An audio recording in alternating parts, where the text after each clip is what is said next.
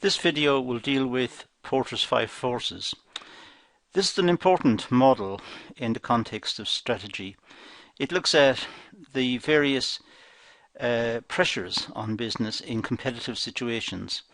It looks at the role of buyers and sellers and the environment, the competitive pressure that the company comes under when trying to chart a course through the competitive situation. So it's a very important model, one which gets a lot of exposure in the literature. Now, in economic terms, an industry is a group of companies that produce and market products that are close substitutes for each other. That's what an industry is.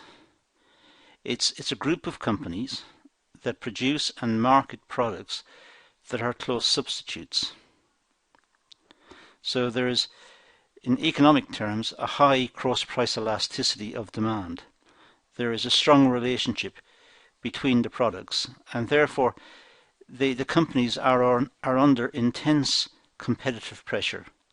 If the companies increase the price, then customers will have many alternatives from which to choose, and they will turn against that product. So companies are under competitive pressure because of the degree of substitutability of their product for one of their rivals. Customers have choice. And in that sense, customers have power. Some industries are more profitable than others. This could be due to the competitive structure of that particular industry. So when companies are more profitable, it may indicate some degree of monopoly power, that they have got some power over the customer. They're able to, let's say, increase the price without losing significant amount of sales. If they're able to do that, that's a sign that they have power, and it's probably a sign of some sort of monopoly power or quasi-monopoly power. It means they're not in a very strict competitive environment. So when we look at industry, we have to work out what an industry is, which is a group of companies producing products that are close substitutes. When companies have power over their price, or some degree of power over the price, they're moving away from the competitive situation. They're able to perhaps increase the price, and the customers will still buy it because the customers have no alternative, they have no choice. And in that sense, it becomes more monopolistic. Michael Porter introduced Porter's 5 forces model, which examines the nature of competition within the industry. That's what it does. It looks at the type of competition within industry. And the model is very useful for strategists because it incorporates all the main features of competition, puts them into one setting, and enables an analysis to be performed of particular situations based on the model, based on that setting. So the framework itself, well, we start with competitive rivalry. And what we mean by competitive rivalry, simply it means a number of companies producing very similar products who are in competition. And we'll come back to this towards the end. We have the potential entrants. Now these are ones who are not in the industry and producing at the moment. These are companies that could, however, enter this particular industry or enter this type of production and start to compete. They have suitable technology, suitable skills, suitable capability to enter the market. So they are potential entrants. So if the existing producers in the market start to show considerable profits, then that may be sufficient to pull in the potential entrants, the ones who are not in the market but who could easily join. So there is a threat of entry. Then we have the bargaining power of the buyers. The customers may have some influence over the company in terms of the bargaining power. Is the product an essential in life? If it is, the buyers must have the product. If it's a staple food or something which is considered to be quite important given our lifestyles. On the other hand, if it's quite a trivial product, then the buyers will have considerable power. They can buy it or not buy it, as the case may be. So they've got bargaining power. And that must be taken into account as well. And then there is the threat of substitutes. Companies making a product and who are enjoying a profit at the moment must watch out for alternatives coming into the market, the threat of substitutes. And this is particularly important in our world, the world of rapid technological change, one of the advent of better communication systems and more and more innovation and technology coming through. So the threat of substitutes is ever present. And if companies are making good profits, they'll encourage in entrants. That's the first point. The entrants may come in with new ideas as well, which may lead to the development of substitutes. And then we have the suppliers and the bargaining power of the suppliers. Companies need raw materials or they need resources. It depends on the nature of the product, of course. If it's a physical product, this is certainly the case. If it's a service, they may need very generalized inputs. So this point may not be that important. But for tangible output, for products, then the raw materials, the logistics, the distribution, the capital, the machinery, the skilled labour, and the suppliers of these resources have bargaining power. They want to sell their products or their labour at the highest possible price. So there is an issue for the company in trying to acquire these products, trying to acquire them as cheaply as possible. So here we have the five forces. We have the competitive rivalry, and we have all of these different forces feeding in on it. And it's trying to sort this out, which gives us a picture of the true nature of the market in which the business operates and the rivalry that it comes under. So let's look at each of these in turn, starting with potential entrants, and let's work our way around, talk about each of them, and that will conclude our class today. So we'll start with potential entrants. The threat of entry mainly depends on barriers to entry. Now, barriers to entry are ways of blocking competitors from coming into a market, or there may be situations that block competitors coming into a market. For example, there may be economies of scale, that as existing companies grow, they become cheaper producers. They're able to have specialist machine, specialist know-how, they're working on experience, so their costs are lower. So new companies coming in will be disadvantaged, and that may be a barrier to entry. Now, barriers to entry are the subject of a separate video elsewhere, so I'm not going to go into what they are precisely. You should have encountered this earlier in the course. But just to recap, barriers to entry are situations that stop companies from coming in. The cost of capital, expertise, the willingness of banks to lend to new companies, experience of the market, the size of the market itself, the threat of competition, the threat of lower prices if they enter.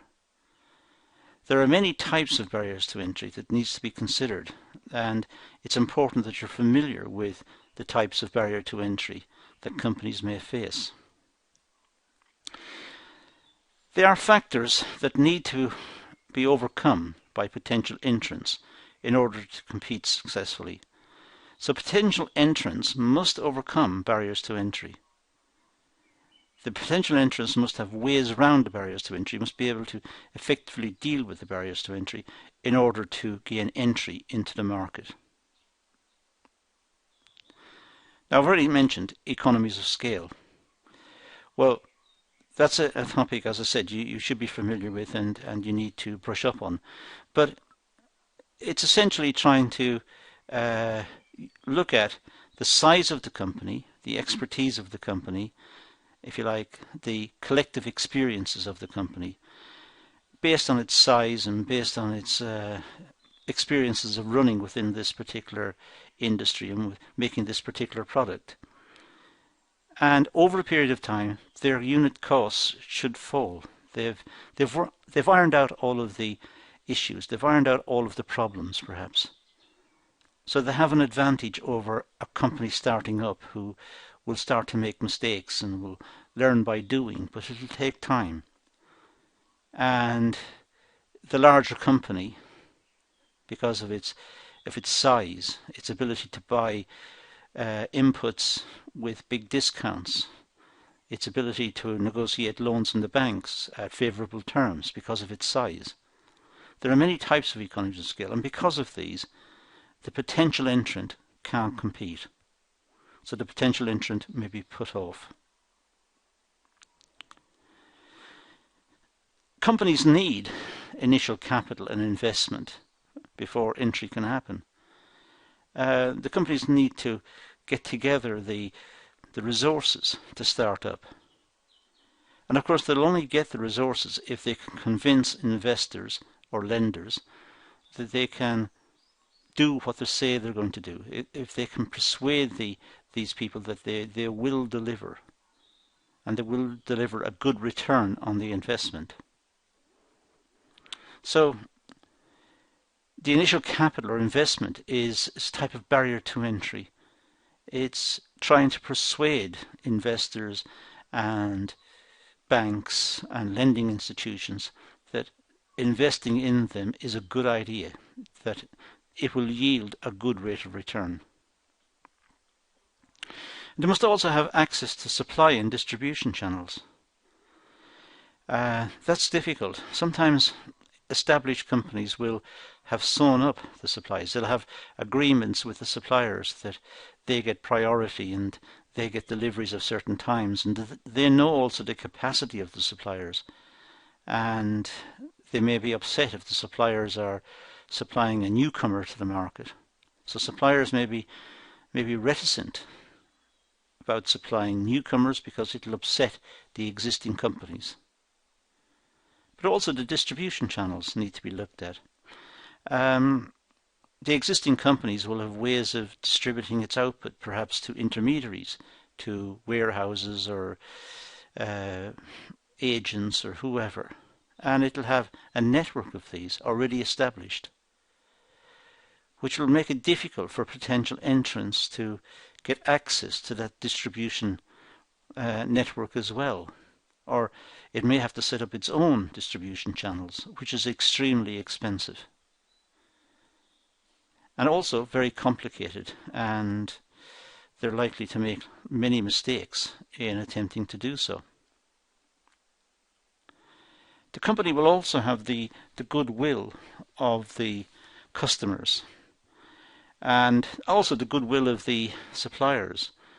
The company will have a history of dealing with these companies, with the customers and with the suppliers, and will therefore have a long history perhaps, and the customers and the suppliers will be loyal to the company. There'll be it's like a branding. They will favour the company. They will trust the company. The company has behaved decently and honourably towards them, and they want to reciprocate. So they won't deal with a newcomer. So potential entrants will have a big problem in trying to break in and get customers and get suppliers. They'll have years of experience within the industry perhaps. The existing companies will have been there for a long time. And they may have established not just distribution channels, but as I said, good relationships with the suppliers and with the customers and with the various marketing channels that they've set up, and distribution is running smoothly, logistics is running well. They're quite efficient. They're tuned up to the market and the market requirements. So a new company coming in will have all of this headache to try and contend with, and it'll be very off-putting for a company just starting up. There's also the relevant legislation and government requirements. Governments may regulate the particular product and may oversee the standard of the product and the requirements of the product, particularly in the context of health and safety and of competition, and also if the good is vital for public health or for people to have. So, for example, let's say it was the production of some sort of ethical pharmaceutical, let's say some cure for influenza or for particular ailments that we get, then of course the government will want to see standards and will be involved in all sorts of processes with the company to ensure that the company is producing to particular standards. Well, actually, let's go back here for a second before we skip on. There are others which we could include there, barriers to entry. Some of them are somewhat extreme, but example, government, in the context of government controls who can make explosives, and quite rightly so. So only some companies are allowed to make explosives, and these are dealt with by the government in a very strict manner, quite rightly. So not everyone can just set up a company starting to make explosives. I suppose we could say thank goodness for that. But also there are some areas where the government maintains a monopoly, for example in the production of money. So I'm sure somebody must have thought that producing money is a very cheap exercise and very profitable. That's probably where counterfeiters start up, and that's the initial spur for counterfeiting. It's not just illegal, it's immoral, it's wrong, it destroys the currency, it destroys our livelihoods, it's a danger to the whole society and so on. But the government take action through the legal system and through the police and so on to regulate and maintain the monopoly they've got in the production of money. After all, that's why we have a government. That's why one of the reasons why we elect them, so that they will look after us. So there are different issues associated with potential entrants.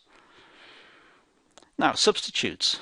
Well, the threat of substitutes, it's reduced demand of a particular product as customers perceive an alternative product to be beneficial. So customers may be loyal to a company up to a certain extent until they see something better, which is not much loyalty really, I suppose. But that's the way we are. We buy a product, we buy it on a regular basis and we're happy with the product, and then one day we spot another product which is perhaps around the same price, but it's more functionality, it's more stylish, it's better quality, and we switch. It's a substitute. It does essentially the same tasks. It provides essentially the same service as the previous one, but somehow in our minds it's a better product. We perceive it to be better. It may actually be better, physically better, or it may be that we think it's better. Now, substitution may take different forms. It could be product for product substitution. We're looking for a particular product and we're happy with the product, we buy it, we're happy with it, and as I said, then we spot an alternative.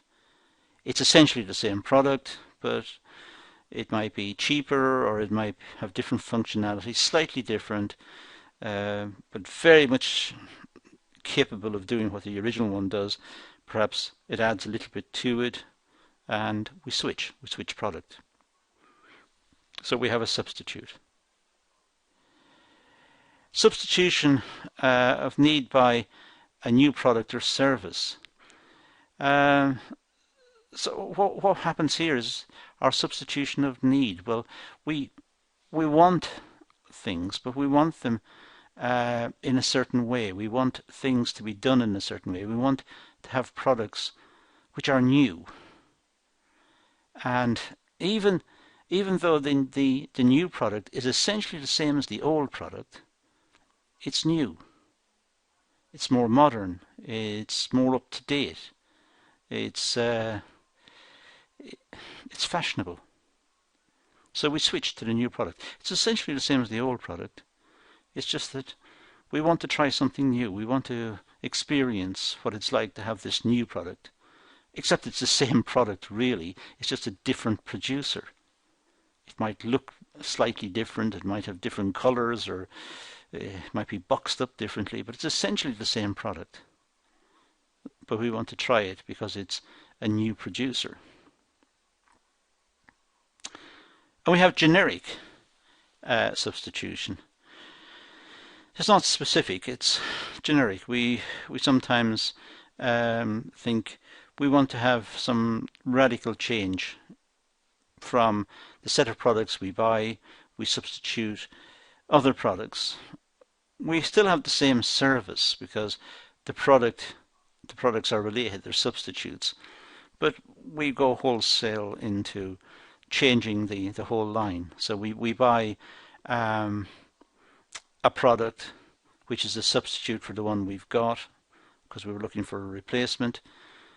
We buy it from a competitor, and then we may start substituting other products as well that we've got, buying more of this new producer. So we have this whole trend of substituting the things we've got because we've now switched our loyalty to this new producer. So it's sort of generic substitution. The buyers. Well, buyers are the main people or organizations who create demand in an industry and are the ones that influence the profit potential in that industry. So the buyers are the customers. The buyers are the ones who create the demand. The buyers are the one who also have the demand and who will do the buying, are the ones who will generate the profits for the companies in the industry. Buyer power is greater when certain circumstances succeed. For a start, when there's a concentration of buyers. If one buyer withholds his or her purchase, it's unlikely to affect the price. But if many buyers withhold their purchases, the price may fall because the company is worried many people are not buying it, so it'll cut the price or it'll try to do something to stimulate sales. But if one person does it, if one buyer does it, it doesn't make a lot of difference. So there has to be a concentration of buyers to really make buyer power effective. There has to be small costs associated with switching suppliers.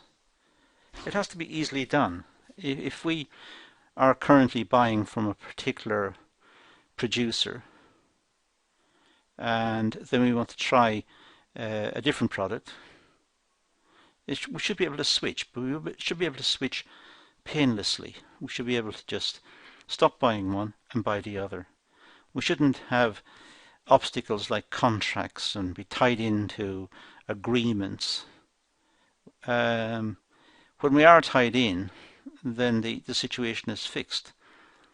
If we've got an agreement to buy this product for the next 5 years at the rate of so many per month, then that's an agreement. That's a legal agreement we've entered into. And in that case, the idea of substitutes is irrelevant. And also, we don't have a lot of power anymore. We've given away our power in the contract. But if we're able to easily switch, then of course we have more power.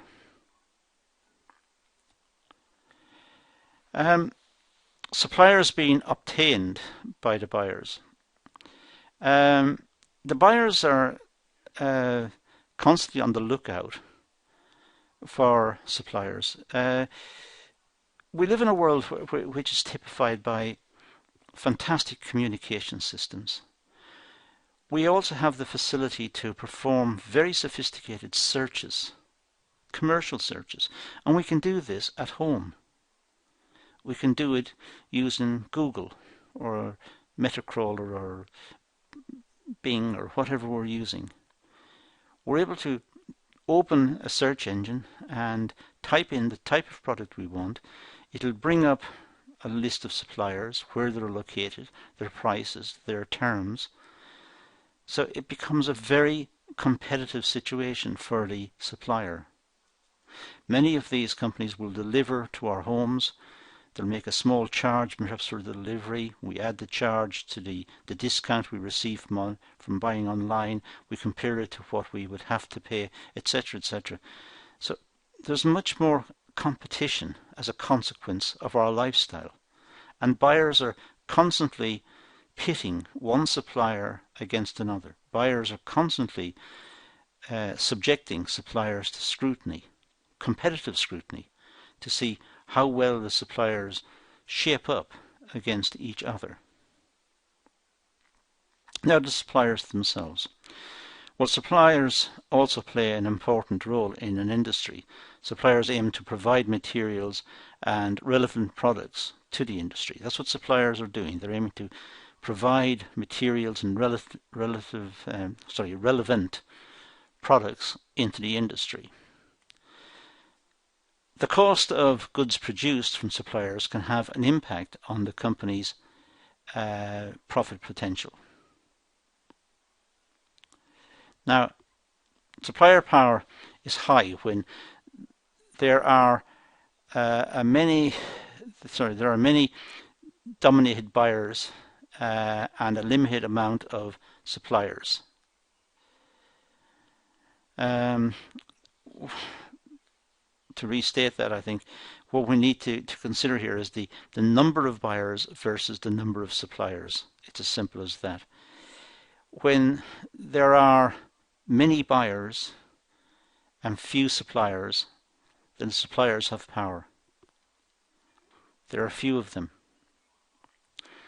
which means the product is relatively scarce and the buyers are fighting to get the product. So the power is with the suppliers. The buyers want it. There's not enough of it around. There's not enough of this product around. There are too few suppliers. So the suppliers are powerful. So that means the price may rise. There is excess demand for the product. The price will be pushed up. Sometimes it's costly to switch suppliers, and I made this point earlier. Sometimes it's difficult to switch from one supplier to the next. It may be due to technicalities like location, where we're located. We may be located in an area where there are not many suppliers. So we have to take what is available. It may be costly to change suppliers because of contracts. We get tied in for a year. It's common amongst mobile phone users, or what the Americans would call cell phone users, that they may have a contract for 2 years or a year or whatever. And in that period, they're locked in. In effect, they cease to become buyers anymore. They have made one purchase, and that locks them out of the market. They are no longer effectively buyers until that contract runs out, when they can re-enter the market and start buying again, start looking around to see which one they want. So sometimes it's very costly. Sometimes it's impossible to switch suppliers. Forward integration is an issue. So supplier power can be high when they have forward integration. Forward integration means the company is moving closer to the customer. So the company may have may have premises, I should say, and production capacity to make a certain product.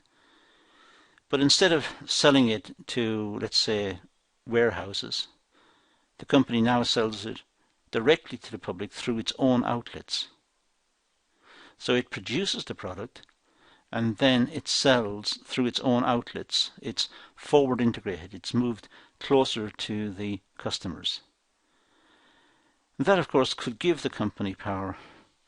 It gives them contact with the customers, keeps them contemporary in terms of design and customer requirements and satisfying customer needs. And it also cuts out the profit margin of the intermediaries that would have been used, the warehouses or whoever that would have been used. So that slice of profit margin that would have been taken by those can now go to partially fund perhaps the outlet. And the company's got greater visibility in the marketplace and hence perhaps a better reputation and also more supplier power. It's more effective and it's better able to handle its competitors. Suppliers may sometimes compete with their buyers to achieve their desired prices. So with forward integration, there is almost a bargaining situation that may emerge between the suppliers and the buyers, bargaining over what the buyers think is reasonable for the product. That will be fed back, and that will help the company also to determine the price of the product it sells. So it becomes a price leader within the market. Now, rivalry. Well, competitive rivalry occurs when there are a number of organizations producing or providing similar products or services in an industry. So rivalry simply means that there's a number of companies actively engaged in selling a particular product or a particular design to consumers. And when there's a number of companies, we have rivalry. The companies are rivals. They're watching each other. Now, rivalry in an industry depends on the level of competitor dominance. Well, sometimes when we think of rivalry, we think of all the companies being the same size, and we think of rivalry in that sense, but that's not actually true. It could be the case that industries could be composed of a very large company and a lot of small companies. We could have one dominant company and many small companies, all producing essentially the same products. The reason why the large company will allow the small companies to exist, it doesn't buy them up or put pressure on them to try and kill them off, is because I suppose it looks good for the dominant company to say that they have got competitors. It stops criticism of the company. They don't want the accusation of being a monopoly. So it's the level of competitor dominance. Rivalry also depends on industry growth rate. If the industry is growing, there is in a sense less rivalry between them. There's plenty of market, and the companies are experiencing more sales, so they're less interested in each other. They're more interested in getting product to market because the market is growing. However, if the market was stagnant, if it was fixed, then they are more intensely competitive. This is sometimes called a zero-sum game. Zero-sum, which means one person's share of the market, if that grows, then the other person's share of the market must decline by the same amount. So the gains equal the losses. They add up to zero. It's a zero-sum situation. So industry growth rates become intense when, industry rivalry, I should say, becomes intense when growth rates are very low, or even there's no growth. In that case, the companies must outcompete each other. They're fighting for their own individual growths at the expense of the other producers. So rivalry becomes intense when there's very low growth rates. There's also high rivalry when there's high fixed cost, because companies are concerned about the fixed costs of the company. They want to recoup their fixed cost. They want to have high margins on their sales to try and get a return on the fixed costs. But of course, if each of them puts the price up, it only takes one to lower it slightly to gain more sales, to gain more revenue that way, because more sales times a slightly smaller price. But the slightly smaller price will provoke reaction from the other competitors who are making essentially the same good, and they will cut their price a little bit even further than the original one. And in this way, a price war could actually develop. And the price war is based on the fear of not being able to pay or recoup the high fixed costs. But a price war, whilst it seems good for the consumer, consumers are getting the good ever cheaper, but the companies themselves are getting lower profits, and eventually some of the weaker companies will go out of business. There will be less producers in the market, there will be less rivalry in the market, there will be less innovation in the market, and the prices will start to rise against the customers. So price wars are not in customers' interests. They might seem like they are at the early stages, but in the long run they're very counterproductive. We talked about entry barriers earlier. Well, there's also exit barriers. Sometimes companies can't get out of a business, find it difficult, particularly if they've invested in very specialist machinery which can't be sold on. Nobody else will want it. This machinery is just for making this particular product. So now there's rivalry because the companies are locked in. They're locked in and they're rivals. So they are competing against each other, and they're in a sense doomed to compete because they have nowhere else to go. They can't liquidate their assets. No one will buy the technology that they use, unless they're prepared to just simply close down and sell their equipment for scrap and take the hit, lose out. But maybe it's better to get some return than no return at all. So sometimes companies get locked in.